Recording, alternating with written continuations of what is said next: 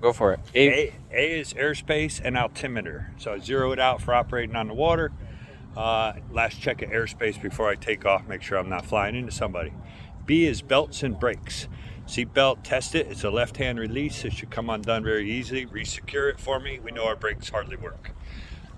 C is communication. Tap me on the shoulder. If you can't hear me anymore, and we go to hand signals. Make a circle with your thumb and forefinger if you're okay, or point towards the ground if you got to get on the ground. Never seen that one before. D is wind direction. We always want to take off and land right into the wind. Makes the quickest possible takeoff, slowest possible landing.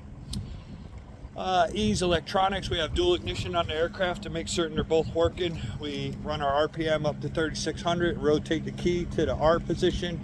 We should have a 1 to 400 RPM drop, and then back to bulk position. Same with the left, 1 to 400 RPM drop. The dual ignition just gives us twice the power. It tells us both electrical systems are working. If one were to fail, the other would give us reduced power, but still let us fly. And if they both failed, our engine gets real quiet. We glide to the water and call CTO. No big deal. You have a CTO membership, I'm sure. Oh, I do. F is fuel. We have a 12-gallon tank under our seats. Allows us to fly 3 to 4 hours, depending on takeoff and landings. We're topped off now, good to go. G is good to go. We move our bar all the way to the down tube and all the way left and right. We feel for any kind of binding or sticking or haulback cable's not done or anything at all that's inappropriate. And we also ask our customer, are you good to go? If they say yes, our final letter H, have I turned my strobe lights on and make sure to hit the panel power and turn the strobes on, we're good to fly. Got all that? Hell yeah. I think that's the second part of H. It's hell yeah, let's go. Hell yeah, let's fly.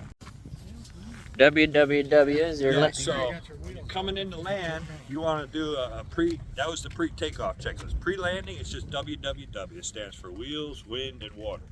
You want to make sure your wheels are in the right position, up for water, down for land. Your wind, you're going to land into the wind or as best you can. And W is for water. Make sure there's no kayakers or jet skis in the way, and then you're safe to land. What's E for? We're not doing WWE or? No. That's wrestling. That's something else. That's something else. That's something else.